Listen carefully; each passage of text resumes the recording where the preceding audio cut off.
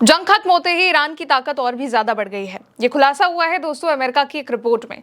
America की खुफिया एजेंसियों का ये मानना है कि ईरान ने ये साबित कर दिया है कि वो जब चाहे स्ट्रेट ऑफ हॉर्मुज को फिर से प्रभावी ढंग से बंद कर सकता है और इससे तेहरान यानी कि ईरान को ग्लोबल इकोनॉमी पर दबाव बनाने का एक नया और शक्तिशाली जरिया मिल गया है।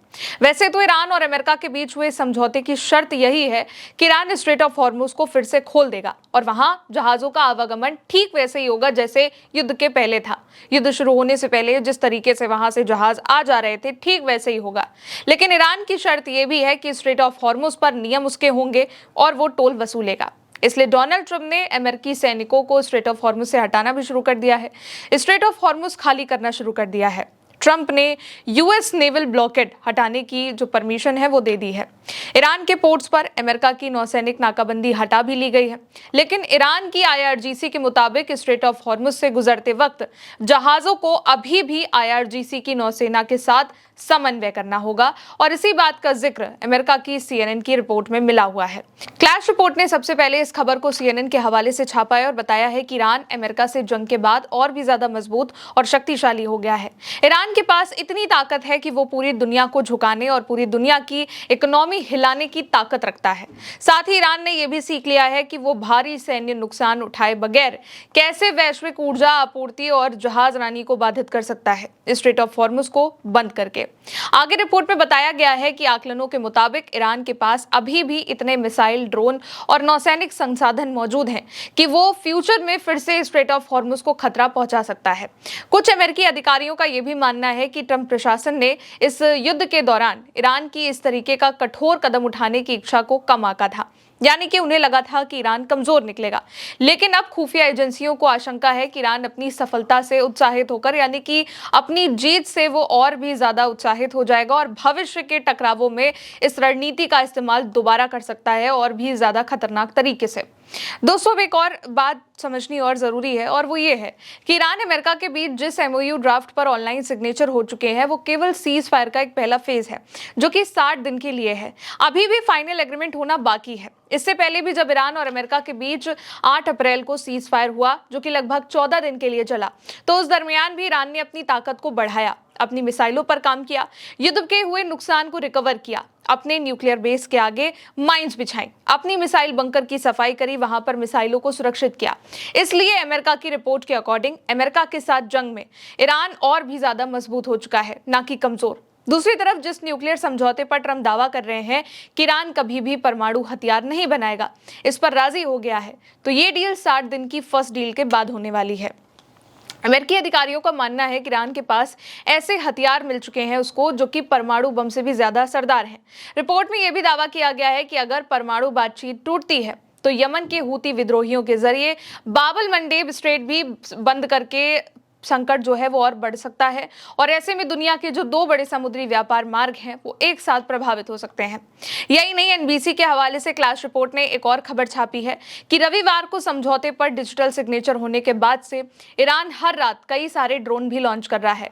ये ड्रोन आईआरजीसी द्वारा लॉन्च किए गए थे लेकिन अमेरिका की सेना ने उनको रोक लिया है।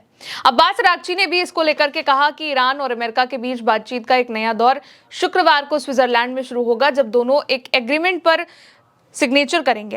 अरागची का कहना है कि आपसी सहमति तक पहुंचने में बहुत सारी परेशानियों और अमेरिका द्वारा अमेरिका और इजराइल ने जो भी मिलकर ईरान पर हमले किए हैं उसकी वजह से हमने बातचीत को 2 फेज में विभाजित कर दिया है और इसलिए पहले चरण में युद्ध की समाप्ति, स्ट्रेट ऑफ हॉर्मुज को खोलना, ईरान के फ्रीज एसेट की रिहाई, पुनर्निर्माण पर चर्चा की गई है। इसके बाद जो फाइनल एग्रीमेंट होगा, फाइनल समझौता होगा, उस तक पहुंचने के लिए 60 दिनों तक ये बातचीत जारी रहेगी और इसके बाद परमाणु मुद्दे और प्रतिबंध को हटाने पर चर्चा की जाएगी। और अब अचानक अमेरिका की रिपोर्ट में भी इसी बात का डर है कि ईरान अमेरिका की जंग के बाद और भी मजबूत हो गया है, उसके पास न्यूक्लियर वेपन से भी ज्यादा खतरनाक हथियार मौजूद हैं। अमेरिकी खुफिया आकलन से परिचित एक सूत्र ने सीएनएन को बताया है कि युद्ध ने भविष्य में इसी तरीके की रणनीति अपनाने के बारे में तेहरान की सोच को मौलिक रूप से बदल दिया है और कहा है कि हमने अब ईरान को स्ट्रेट ऑफ हॉर्मुज पर वास्तविक नियंत्रण सौंप दिया है। एक ऐसा हथियार जो किसी भी परमाणु बम से कई ज्यादा शक्तिशाली है। आकलन से परिचित एक दूसरे सूत्र ने CNN को बताया कि ईरान ने भी युद्ध के दौरान खाड़ी देशों के ऊर्जा बुनियादी ढांचों के खिलाफ लक्षित हमलों का प्रभावी ढंग से उपयोग करने के बाद एक असीमित क्षमता के रूप में इसका लाभ उठाना सीख लिया है, जो उपकरण है जिसका उपयोग वो भविष्य में अपने फायदे के लिए कर सकता है। इस पूरी रिपोर्ट का सार CNN की ये है कि ईरान जंग खत्म होते ही और भी ज्यादा मजबूत हो गया है। उसने वो सब सीख लिया है जो अमेरिका को झुका सकता है और अमेरिका के साथ साथ दुनिया को भी झुका सकता है, दुनिया की इकोनॉमी को हिला रख सकता है, जैसे कि स्ट्रेट ऑफ हॉर्मुज को बंद करना।